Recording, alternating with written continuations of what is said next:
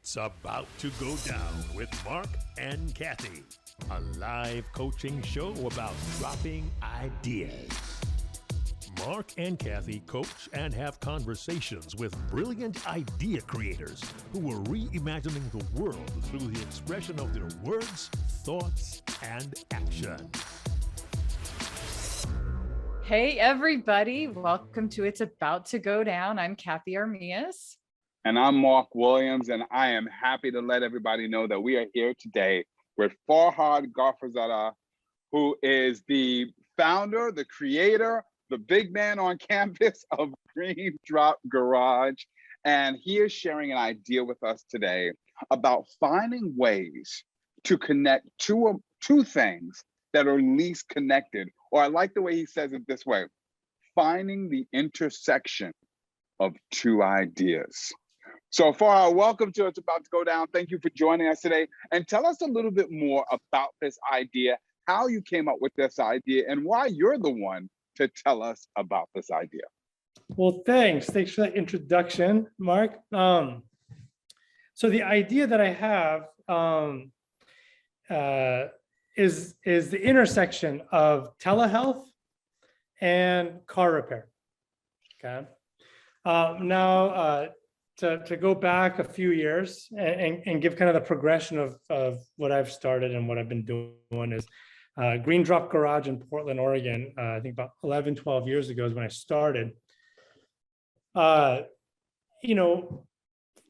then, 11, 12 years ago was when all the eco-friendly, everything was kind of starting up. We're not starting up, but getting traction, kind of the Whole Foods, New Seasons, organic beer, organic coffee, organic foods.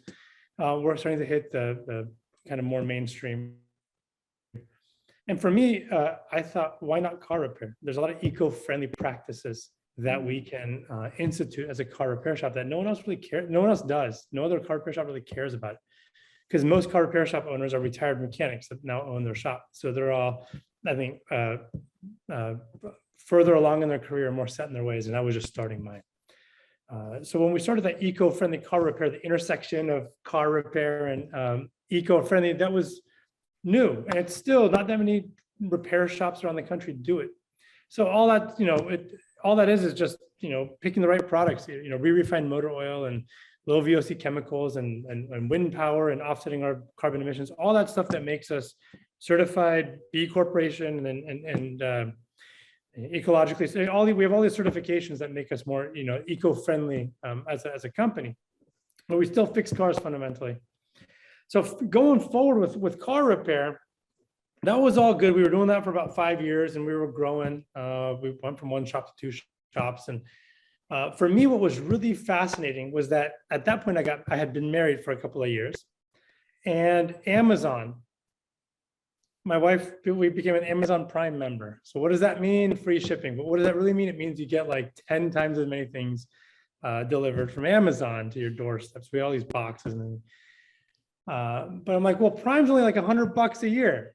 How does this, it's obviously they're not like making money on charging you $100 a year for free shipping for all that stuff. It's really that perceived value of shipping and giving value to the customer, but then they stick with you for everything.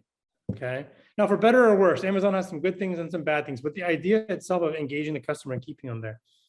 So I just remember distinctly coming back from a trip overseas, and I wrote on the back of a napkin, actually, on the flight home, what I kind of wanted to do. But it was because I'd been asking myself, how do I make car repair membership based, but actually unique, not just pay us a monthly to get just like, basically, it's amortized. Like if you have like $100 worth of services over 10 months, pay us $10 a month. That's not really different. You're just financing. But how do you make it to where it's like Amazon Prime? So I settled on $15 a month. All the basics, all the Jiffy Lube stuff, oil change, wipers, air filter, all the basic stuff that everyone hates being sold. We just wrapped it up into a $15 a month membership. So it's kind of like shipping, but we spend less money on marketing to our customers because we retain them and they just trust us and they buy everything from us, from tires to engine work and everything else. So we started to get the forever customer instead of the having to market for more customers. So that was my next kind of thing, right? The intersection of membership, of Amazon Prime and car repair. So that was all, and that's been pushing us through to today. We have thousands of members. It's been going pretty well. And still no repair shop has really effectively replicated that. A few have tried, but they haven't gone through with it. So we're one of the only ones. I think we're the only one. And the reason I give you that trajectory is that I always look outside of our industry for what's next. I mean, we have great technicians. We're very good at car diagnosis and repairs. Sometimes we make mistakes and we fix them. But I've never billed myself as the top expert in car repair.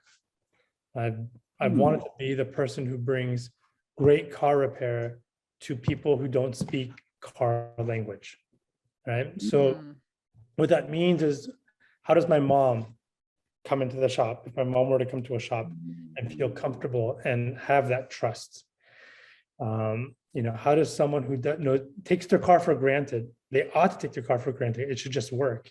How do they go to a shop that aligns with their values and also aligns with their pocketbook? Meaning, we're not the cheapest, but we are definitely, what we do is of value. So it aligns with what they want. And it doesn't always have to be, quote, dad or big brother taking it to, Joe the mechanic down the street and leaving it for 5 days and leaving a 6-pack of beer just to grease the wheels kind of thing. It's an actual reproducible, multi-location kind of setup to where you know what you're going to get. So, and I keep, racking my brain, what's the next thing? And by the way, I don't want to overtake this conversation. If you want to take me on any other track, please feel free to interrupt. So, about 6 months ago, I thought the intersection is really more the tech world. How do I bring car care to people outside of Portland, outside of our jurisdiction, without having to keep building shops? Because there's a lot of great repair shops out there, just not very good communication out there and very good trust. Okay. Ironically, so let's say two professions: car repair, mechanics, and dentists. Okay, the perceived honesty of a dentist is very, very high. The perceived honesty of a mechanic is very, very low. Oh, yes. I would say that you have the same level of honesty in both professions, and it's both very high. There's plenty of dentists that upsell things they don't need to sell, but they do it to make money. There's mechanics who do that too. But in general, there's actually most mechanics are pretty honest. They're just not good at talking to customers. They talk car, not mechanic. So, because the person talking to you knows cars, and now they own the shop, or they're the front desk person. They know cars, but they don't know bedside manner. So how do you bridge this? So I thought it'd be great to bring in some tech. When I say tech, it's not the high-end Silicon Valley tech. It's just taking what's already out there for people and applying it to a very low-tech industry in car repair.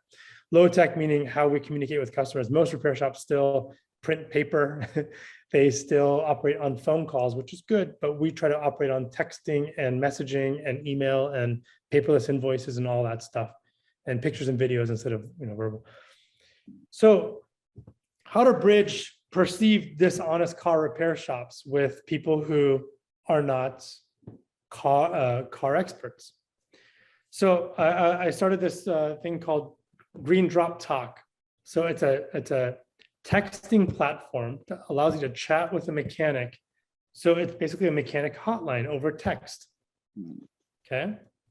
Now, if you need a simple fix in your car, or if you are on the side of the road and waiting for AAA and it takes them like 2 hours and you want to fix a flat, but you just need someone on Zoom to guide you. Or if you're at a mechanic, okay, and the mechanic isn't, you might not feel comfortable. We could be there again as your quote, big brother or dad historically, right? Mom, aunt, I get it, but historically has been, people feel they need that male, older voice online with the mechanic. So we'd be available. If you text us, we'd be available we can then text you back, we can call you, or we can even Zoom in. So Zoom call in, right? So if you're fixing a flat, Zoom us and we'll show you, we'll say righty tighty, lefty loosey, there you go. You're at the mechanic, we can call the mechanic on your behalf and then translate for you. Or if you have a simple fix, hold the phone under the hood and we can show you how to pop that air filter or do something basic. And we thought it'd be a really fun and innovative way to bridge the gap between people who don't know vehicles at all and taking it into the repair shop. In between, a lot of people don't take their car to the repair shop because they don't trust the mechanic. They don't know if they can trust them or not. They're afraid of spending lots of money. So if we can bridge some of those gaps, or they won't get their hands dirty under the hood of a car because they don't have that one little bit of knowledge to confidently do something very basic on a car. For example, you want to replace like an air filter on your car. So you Google replace air filter on, Mark, I assume you have like a Maserati, replace air filter on a Maserati. Right? Ferrari for sure. It says, here's the YouTube on replacing the air filter on a 2012 Maserati. And you're like, mine's a 2021. And you can't find it. So you're like, I don't know if it's the right one, right?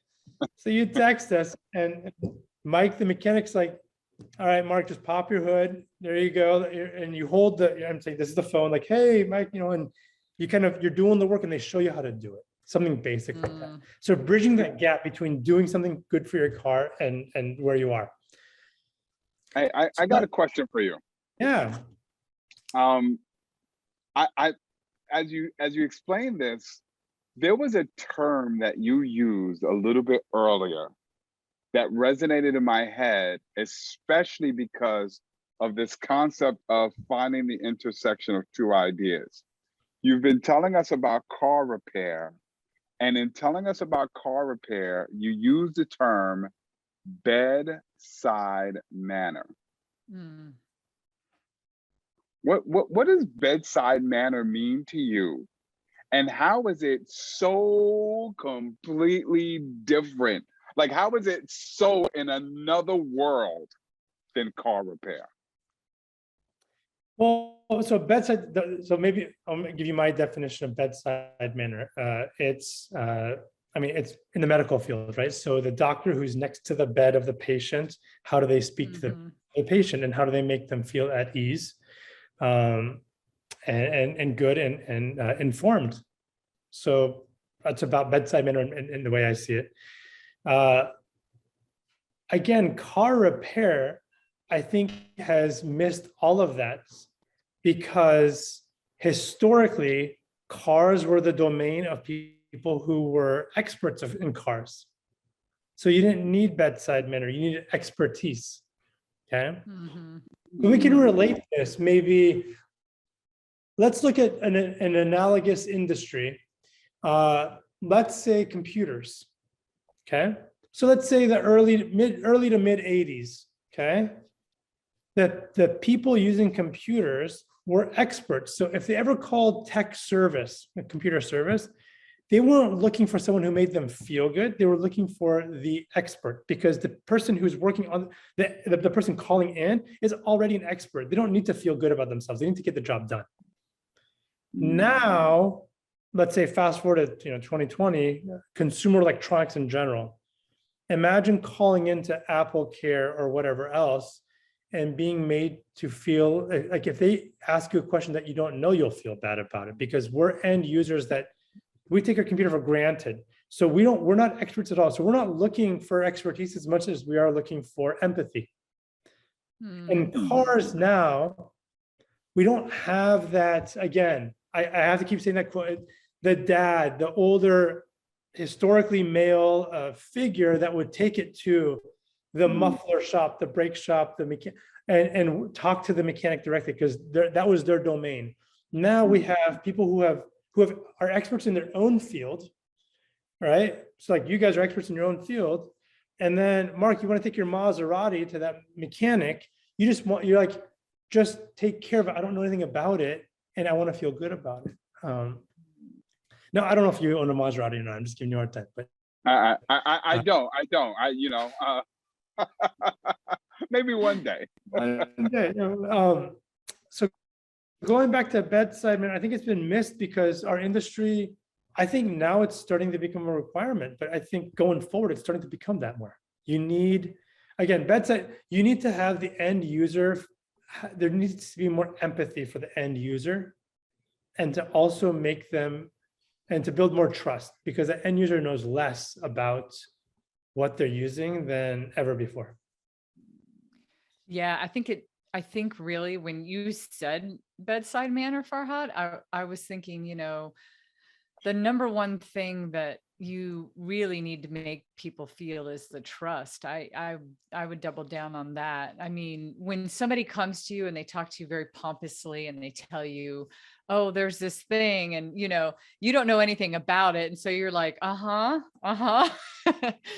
exactly. It's, and there's that lingo that people always use in different, no matter what industry you're in, there will be lingo that other people don't understand. And when you get into that space and talk to people, it definitely makes you feel unempathetic and untrustworthy. And I think it's really cool.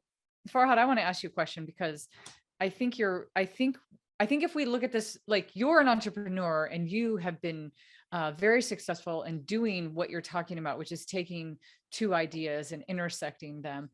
And we're in this show talking about ideas, so it seems incestuous, but we're talking kind of about an idea, right? Like almost like, how would you sell this idea to other people? Not necessarily how would you sell, well, it could be both, right? But it's almost like there's two things going on here. One of them is the actual idea and what you're doing, which we will leave that to you because you're definitely an entrepreneur and expert in that field. But then we're also talking about the bigger part of the idea, which is the idea itself of taking two things that might not necessarily go together and intersecting them and making that work. And making people see how, I mean, that could be a marketing campaign, that could be a talk, but that is the brilliant piece. You made me think about it when you first said telehealth. So I want to ask you a question about this. In your experience with what you've done already in the past, was it the newness of the idea that made it, do you think that made it seem very, like with Green Garage, appealing to people?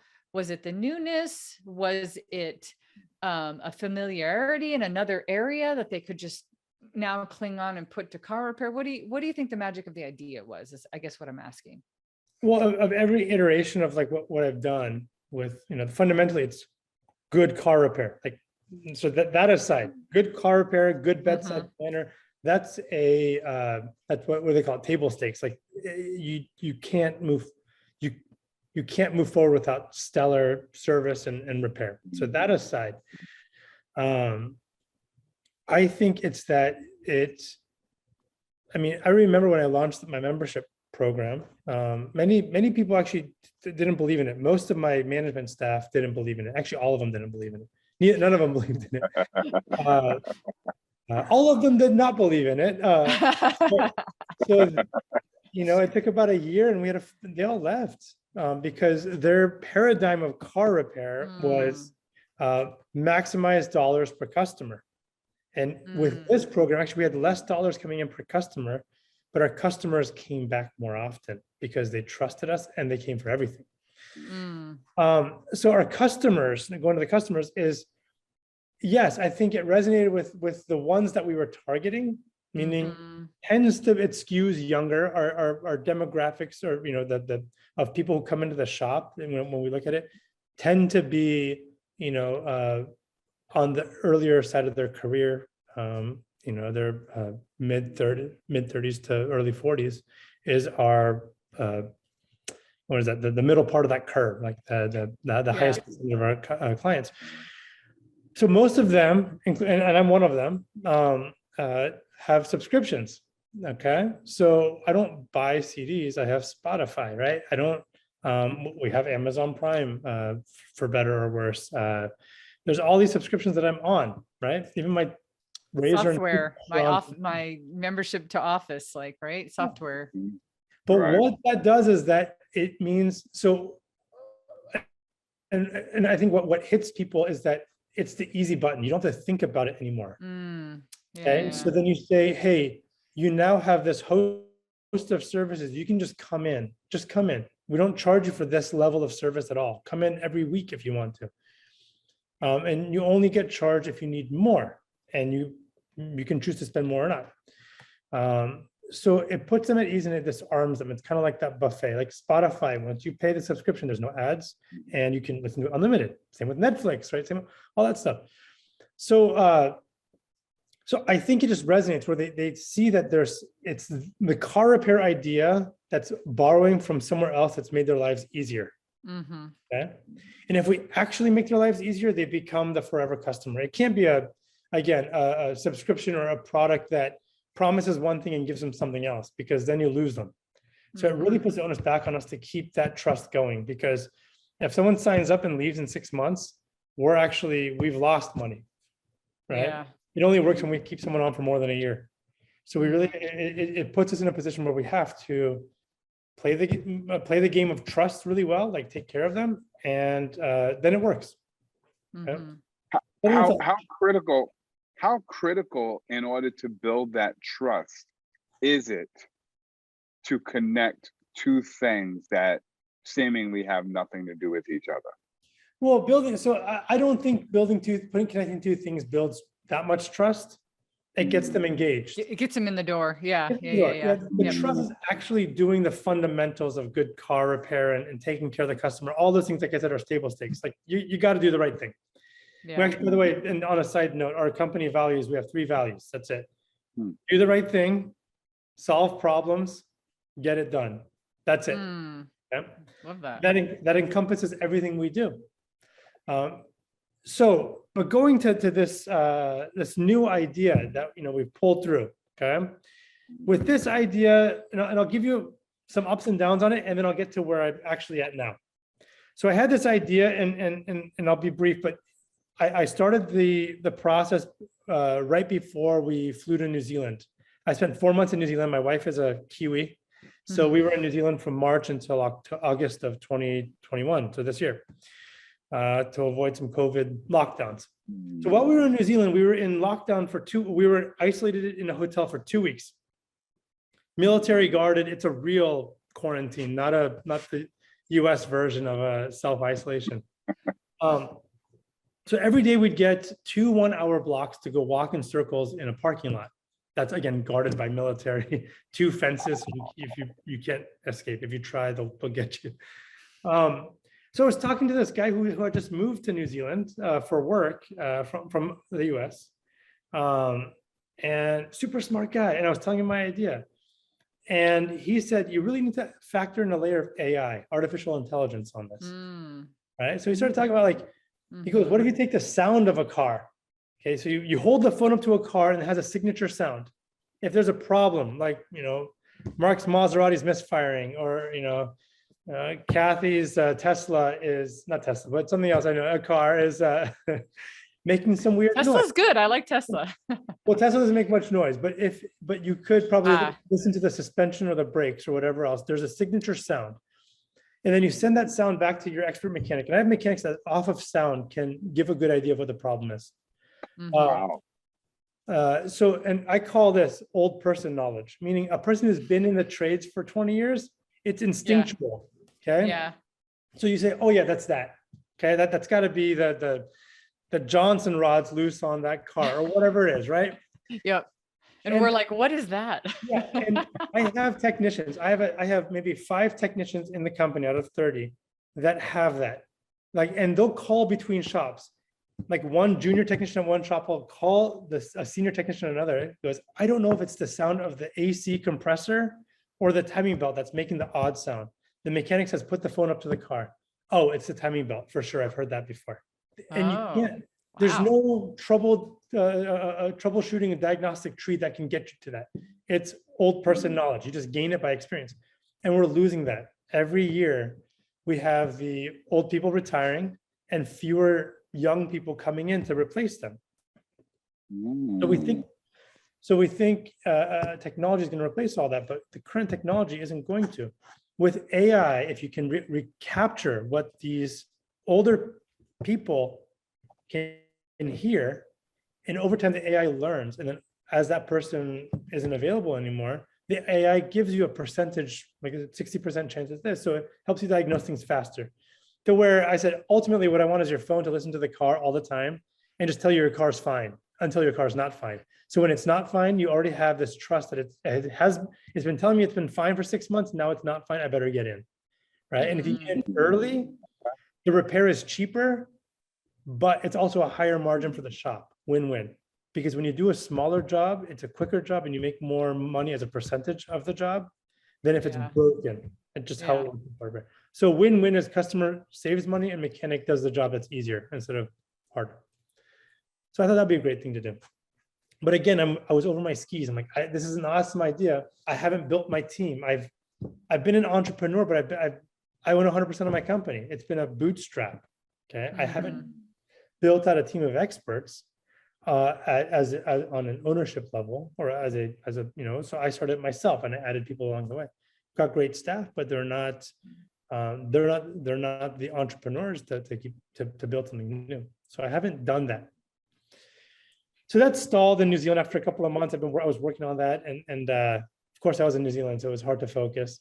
So I got back, and so that's been on the back burner. So when Cathey, you talked to me about my idea, I was like, I was kind of in the dumps, or down, not in the dumps. I was down on myself a little bit. I'm like, my ideas haven't really panned out. I put some energy into them, some money, some time, and I never got to that next level.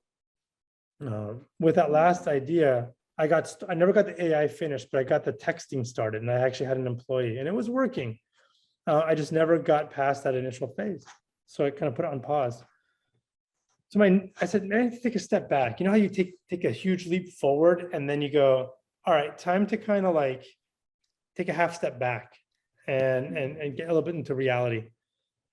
We have a bunch of customers. We have tens of thousands of customers that come to the shop. So what about just telehealth? Instead of diagnosing and trying to be this big thing nationally and building up all these things that are new, what about existing customers that don't have time? What if you schedule, you say, hey, just like telehealth, you schedule, say, hey, 2:00 looks like a good appointment. I want a 15-minute consultation with someone, and they Zoom in. And it's included in membership already. And we solve their problem where they go, hey, we go, hey, all right, let's go to your car, turn the car on, turn it off. Okay, it sounds okay. Hold your phone underneath the car. Let's see if there's any oil leaks. Okay, cool. Pop the hood. Okay, cool. It looks to be things are in order. Do you have any concerns? Yeah, there's this rotational sound. Okay, well, take us in the car for a drive. Let's listen to it. Okay, it sounds like it might be this. Let's get you in. You can't diagnose, just like a doctor, you don't diagnose over the phone, absolutely. But you can get an idea of whether they need to come in right away or not. Just like in Portland, we have Zoom Care. Zoom Care, yeah. Right? So I had like a burn on my hand, and it's a $25 consult. You go, hey, I got this burn. Like you show the phone, they're like, well, it doesn't look to be too bad. You can come in anytime, like in the next week, and you're fine. Versus, hey, I cut off my finger. What do I do? Get into the hospital now. Go, right? So, anyway, and save the piece of finger that you cut off, because we're going to need that. It reminds me of, what is it? Friends, when Chandler got his toe cut off. Remember that? No? I never watched Friends. Okay. But yeah.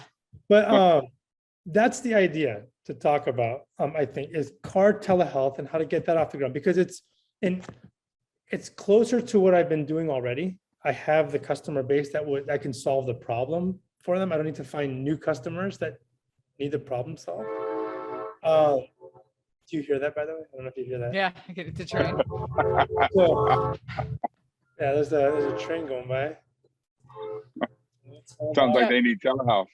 They need telehealth. Yeah, I can hear. That doesn't sound right. They tell them to bring the train in immediately. That sounded like the Johnson rod. It does. Johnson rod. Does it have a loose Johnson rod on that train? Definitely. Could be the timing belt, though. Mark, could be the timing belt. Okay, I just want to put this back out there again, because Farhad, this has been very fun listening to you talk about this. Marc and I, our expertise would definitely be helping somebody actually talk about how to talk about their idea, not necessarily the execution of an idea in a space that we don't, that we don't live in, or an industry that we don't have expertise in. Wait a second, but I want to talk about how to talk about it. Yes, but that's exactly, I was like, but we need to be able to talk about how to talk about the idea, right? So, and then I think it's really important because when you said that, how did you say this? When you said that all of your current employees didn't agree with it, however you said that, I was wondering if it was an issue with, like, is that the issue? Is like the idea, does the idea first need to catch fire, here internally at GreenDrop before, and does it need, I mean, obviously I think there's a couple of little places where the idea really needs to catch fire. I mean, if you would have told somebody 10 years ago, you're going to go see the doctor by holding a phone up to your finger, I mean, oh yeah, we'd have been like get out of my face. Like, yeah, Out of here. I'm not doing that. And I'm not paying for that. Like, that would be kind of the mentality of it. Right. So I think what we're talking about here, though, is how to talk about an idea so there's a couple parts to it, right? The one part is how to talk about an idea that hasn't been done before, because you're taking that intersection. That's the second part. You're taking the bigger idea in what you've done is taking an intersection of ideas, brought them together. We have something that we're already used to, and we have something else that we're already used to, but we're not used to putting those two things together. So that's the actual idea. But we need to be able to talk about that idea and why it's good and why people should buy into it, I think. So I would like, Marc, this is what I would suggest. Why don't we pretend from here on out that Farhad's talking to his staff, right? He's trying to get them. I mean, this is like, how does he get this idea back up and running? How does it not just become Farhad's New Zealand dream where he's over there in New Zealand thinking, how do I do this? And then New Zealand takes them off into another place. But how do we get that idea? How do we get, because for anybody watching, it's like, how do you take any idea? And Farhad, you touched on this already. How do you take any idea that you think might be good and blow air behind it? Get it to lift off the ground. Well, so, and I'm full of hot air, so I think I could You're covered, right? Yeah. And actually one of my failures, I have not touched on this, is selling it to the staff. So this is selling it to the staff. That's one. Now the mechanics of it, like making sure that, their jobs are safe, all that's separate, but selling the idea to the staff is one. And how do I sell this to let's say our clients and then anyone who's new to GreenDrop? But so those three layers, like from kind of what's my pitch? Maybe wait, so selling it to the staff, to the current customer base, and then people new, right? So all three. Yeah. Yep. See, and that's where I think we can chime in quite a bit, Marc, because I think that we can, and Farhad, you said something earlier that I thought was very important, because it was a good distinction between where somebody walks in the door and really buys the idea to then what you have to do as a business, right?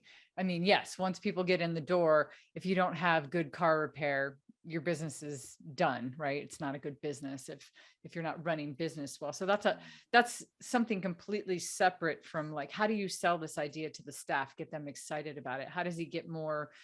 How is he going to get more people around him that are willing to help him execute this idea, is where I think we're talking about, Marc. Well, let me answer. First, I want to say something that Cathey has said so many times, and I think there's a good spot for the audience to hear this. Cathey said to me one time, there's really no such thing as a bad idea. It's just the delivery of the idea that really makes a difference, right? And that's key with talking to staff, right?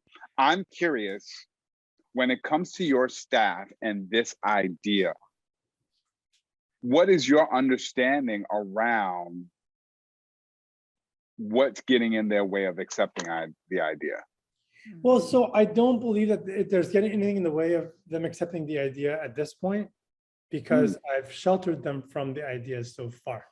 So I have not influenced them, right? So no issue there. No issue there. So and my perceptions with the staff is that they they see me as almost a kind of mad scientist in business, like trying weird new things. And so right now you don't have a perception of this idea. I'm the crazy one for sure, right? Especially the executive staff that spend the most time with me. I've been very fortunate that I've built, that there's a high degree of trust between, I believe there's a high degree of trust between me and the staff, where they know that this won't affect their jobs, meaning this won't make them like, any of that stuff. But where will it take the company as a whole? And do they want to be a part of that? And I used to think the idea sold itself to my staff. Like, I'm just going to do it. They're going to come along. And I lost with the membership. Was the last time I had a big problem. What's funny is with this new, the one iteration before the drop talk that I started, the staff was all on, they loved it. They loved the idea. I just never got it fully executed. So I think I lost a little bit of capital there. But it didn't affect people. They just saw that it, and I even said, it takes about, for me, it's like 5 to 10 things to try out for one of them to succeed. So, but for this new idea, I think it's important enough to get them behind it to help kind of push it forward. That I want to make sure I do it the right way. Farhad, you said that for you, it's this concept of, I thought the idea sold itself, right? You clearly had a bunch of great ideas. You wouldn't be as successful as you are if you did not have great ideas, right? Could you, for a minute, think about an idea that you had that got off the ground? Why do you think people really bought into one of those ideas? So let me go, maybe going back to the original car repair, like eco-friendly. So 12 years ago, why did they buy in? The staff or the customer or both? Let's talk about the staff right now.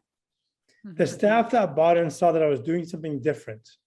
So they were tired of what they were doing, or they had the idea. A lot of our staff who have come to work for us at this point said, I had the idea of eco-friendly car repair, like it ought to be more eco-friendly.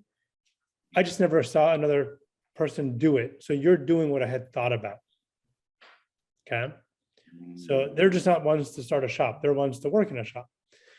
So, what do they say? Like, you can lead a horse to water. You can't make him drink it, but it's actually, all you got to do is find thirsty horses. You have the water. So I had the water, and I found thirsty horses started finding me. So for the staff, it's been that. And for the customers, it's been that they see what I'm trying to do, and they believe in me meaning the company. They believe in us enough to give us a shot. And I think the product isn't just marginally better than another repair shop. I feel like it's a lot better than another repair shop. So that's why they stick around. Because if it's marginally better, people want the eco-friendly, they want the membership, they want all these things. But ultimately, it's about doing good work, a high level of trust and all that stuff. So I can get them in on these new ideas, but I got to keep them by just doing good work. Let me ask you this. Yeah. Telehealth. I'm going to use 2 words very intentionally.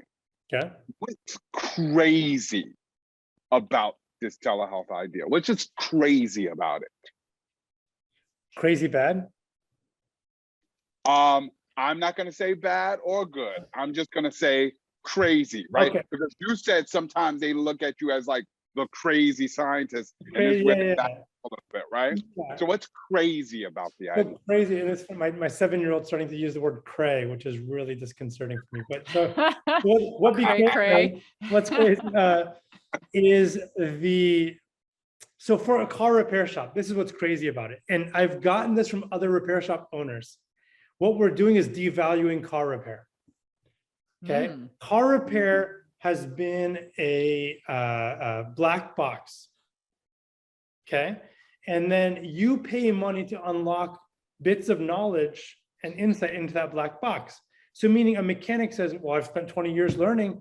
You pay me the fee to diagnose your car, and I'll tell you what the diagnosis is. Okay. You're not paying for their time. You're paying for a little bit of the time, but it's really the expertise behind that time, which is fair.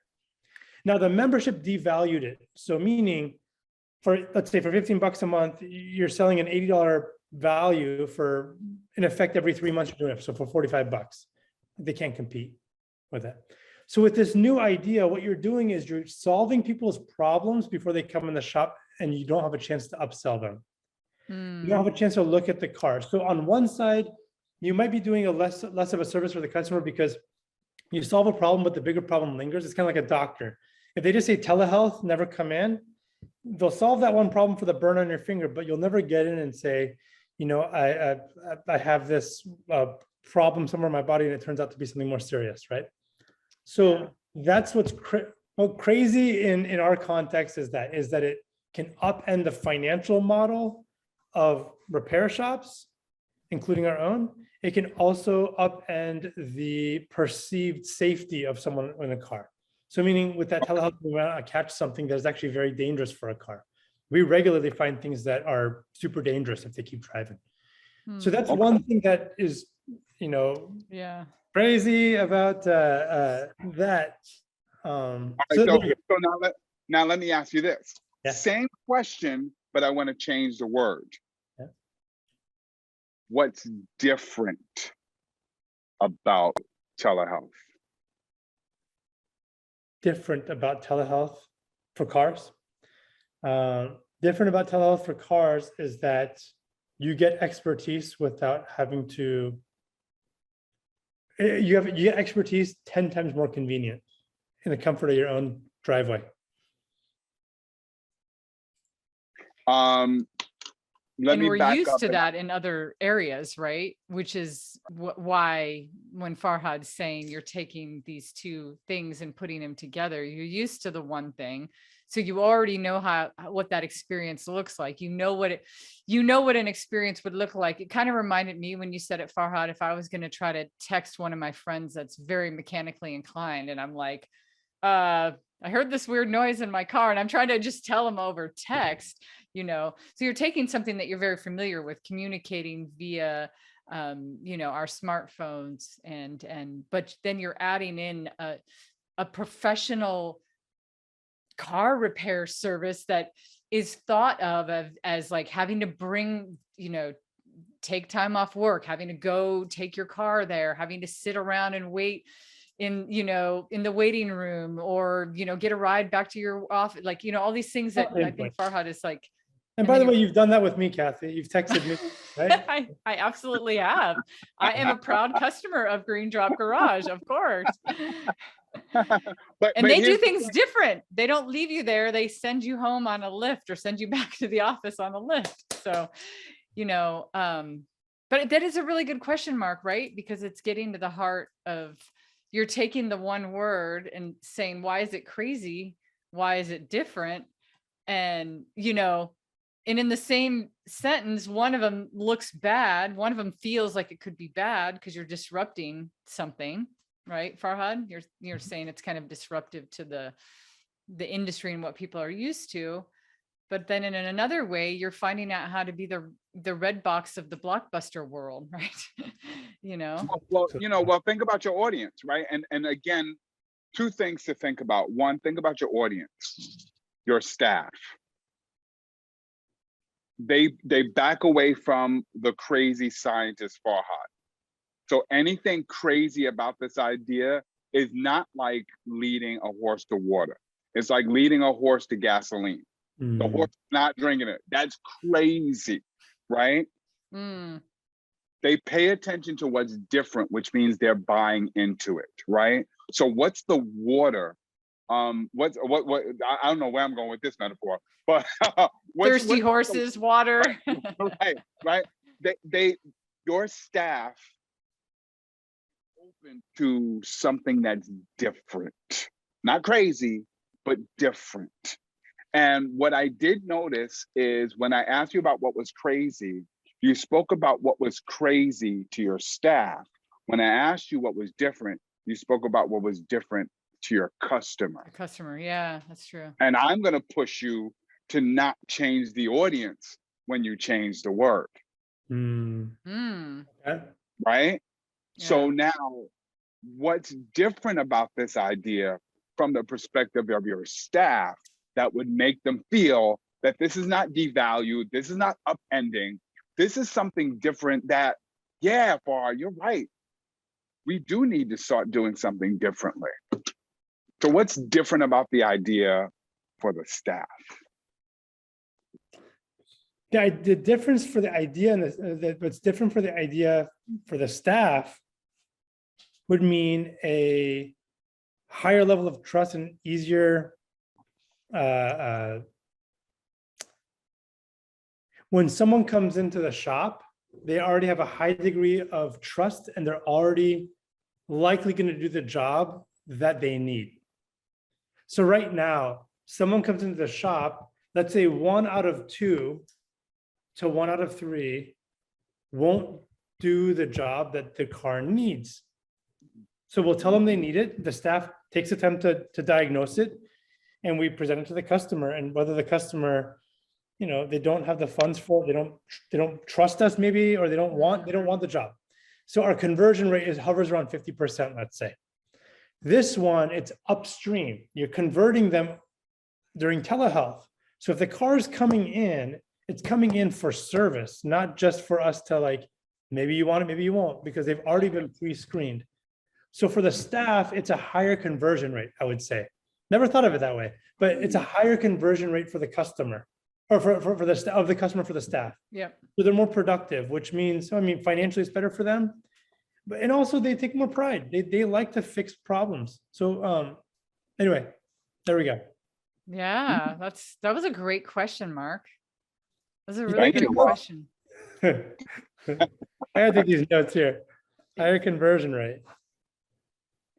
Well, you know what I like about that too, and here's what I think that we can do really well. And Marc, you are expert at asking great questions, but when you ask the right questions about an idea, I think it makes you think about the idea from the perspective of other people.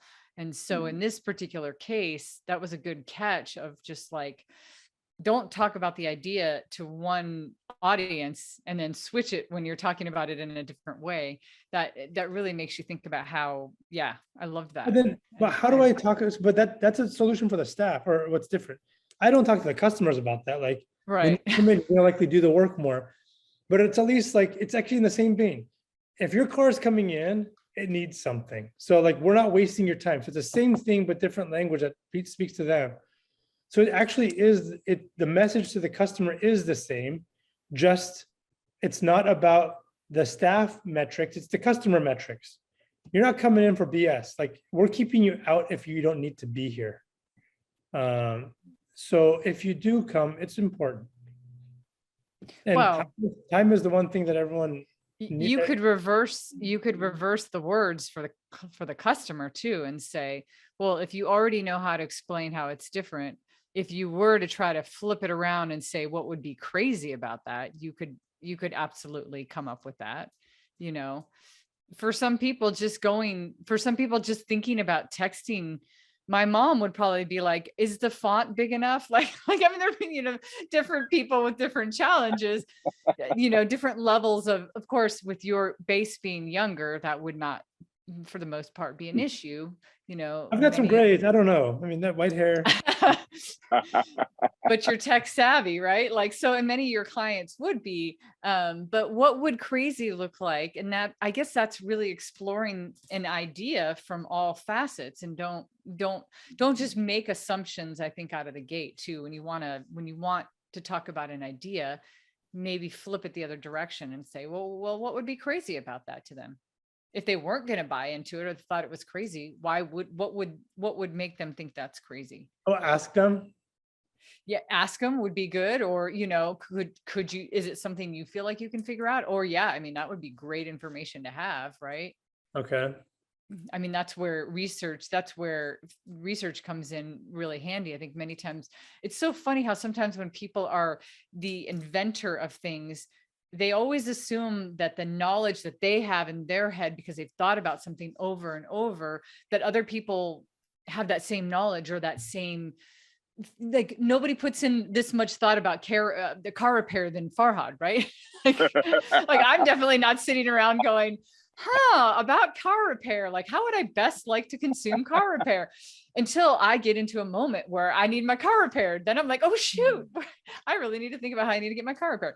So I mean, I do think that is good. But yeah, it's just kind of holistically trying to figure out, trying to poke your own holes in the idea. I think is super helpful, of course, because if you can find the holes, then you know how to smooth them out. You know how to kind of get past that, which is what I think was the big determining factor for people to start going to Zoom care and start doing health over a phone call, or being on Zoom. It actually was called Zoom before people started using Zoom, by the way, just as a fun fact for Mark, who's in Brooklyn. Oh, really? That was the name of the actual buildings that you would go into. So it actually wasn't based off of Zoom, Okay. the actual video company. All right. Yeah. That was just a great coincidence, right? Yeah. It's a super Zoom, as in zoom fast, not. Got it. It's funny because as you were talking about the customers and going back to what we were talking about the staff, it's not the idea that sells itself, it's the perspective that sells the idea, right? Because at the end of the day, that's what we were thinking about in terms of how do you sell to the staff. First of all, Cathey, I always praise you so much, because this idea of thinking about this game, Cathey always comes up with games for her. You got to know, Cathey's always, let's play this game, right? Play a game. Right? Play this game of, let's pretend we're the staff, right? That was great because at the end of the day, that was the core of really shaping the idea. It's not the idea that sells itself, but it's figuring out the perspective of those who are receiving the idea. That's incredibly important here.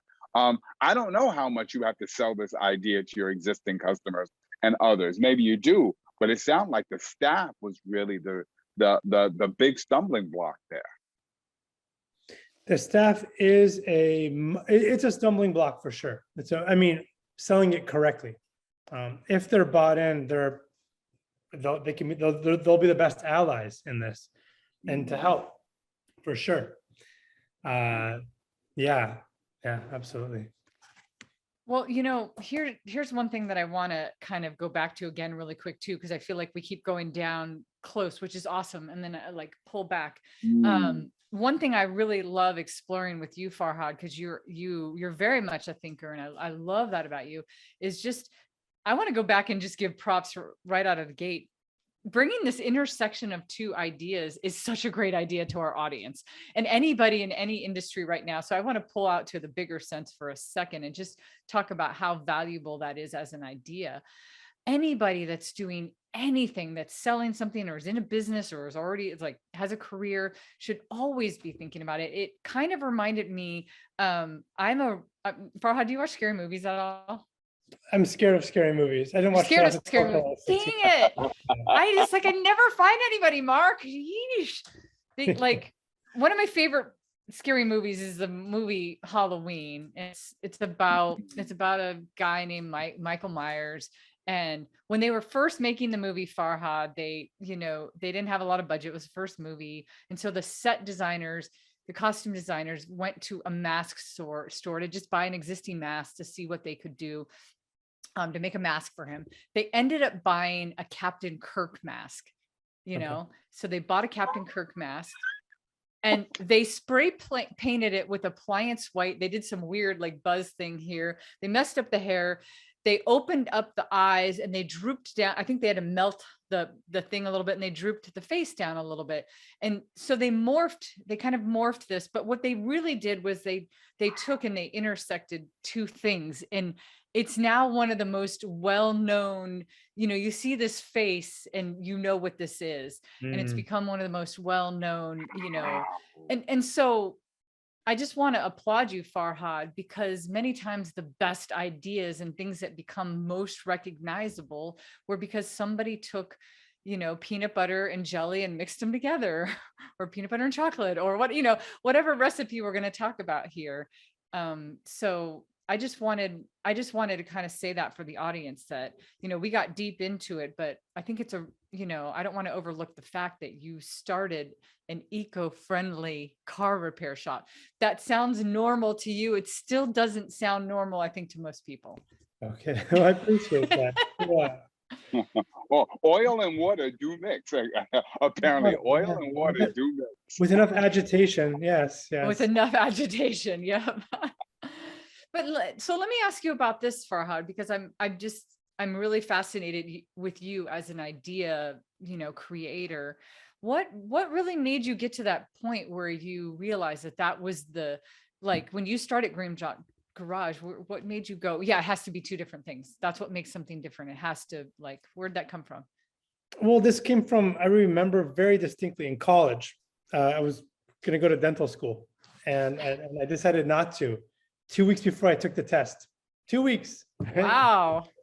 So I did everything. My major is, in the biology, and worked with a dentist and got a letter rec and studied for the test and everything. So I was in San Francisco with my aunt, and she said, "You don't want to be a dentist. What do you want to do?" And I said, "I don't know." But I listed 3 things. I said, it's got to be fun. It's got to be, no, I'm sorry. First thing I said, it has to be different. Mm-hmm. And it has to be, number 2, exciting. Number 3, fun.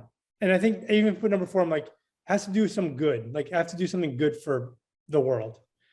And my aunt still has that filed in her, she's a very organized person. She has it filed in her list of things, things from me. But so from then on, everything, it's about doing something different. I couldn't just be a mechanic. It's not about the money. So I don't need to be a good mechanic to make money. And it's not about like I have pride in doing good work, but I have more, for me, I have pride in doing something new and different. And then putting someone in who's better than me. So even in high school and college, I played water polo. I was never, the best I got was number 2 on the team.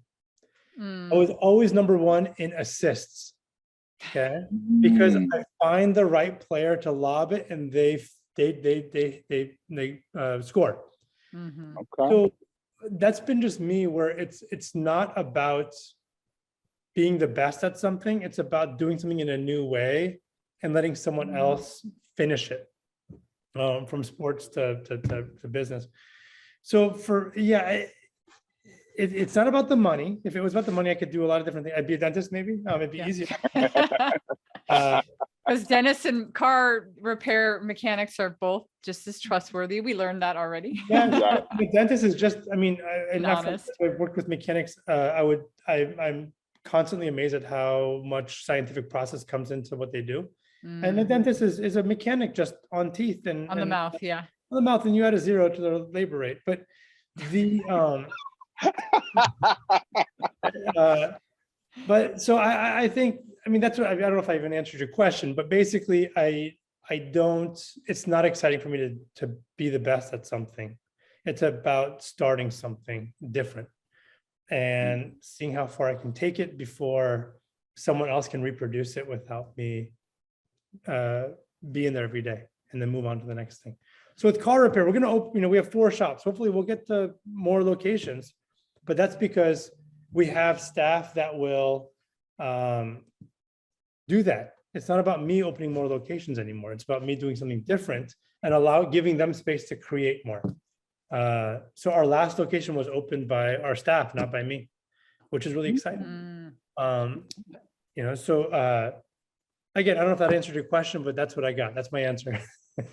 No, that was a great answer, Farhad. I think it was no, it's a good story. We're probably at a good place to wrap up, but this has been a different episode for us, to be honest, right, Marc?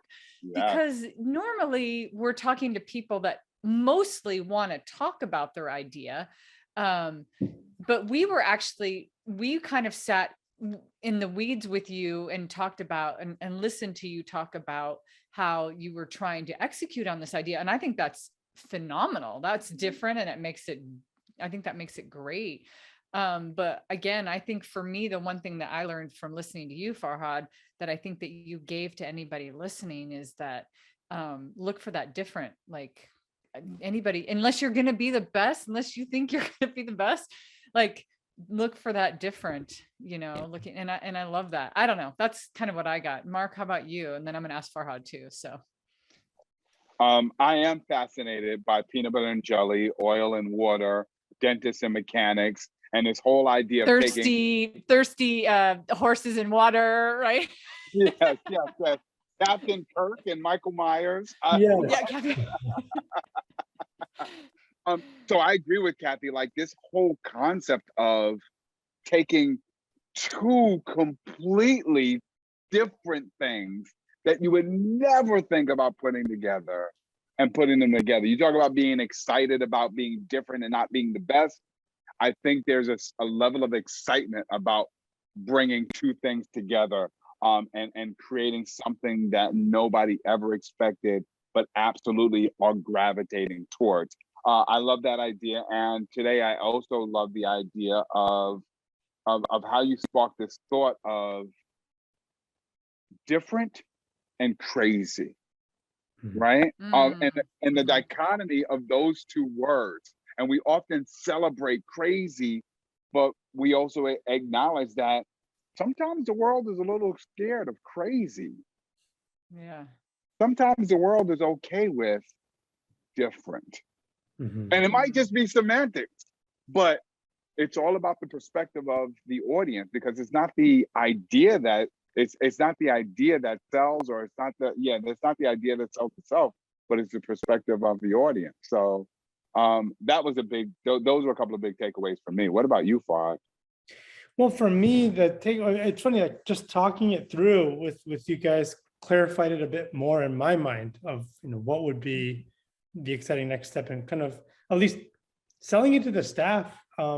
It can be very exciting because you can actually get them really excited about it and on board, and the pressure is back on me to execute, really.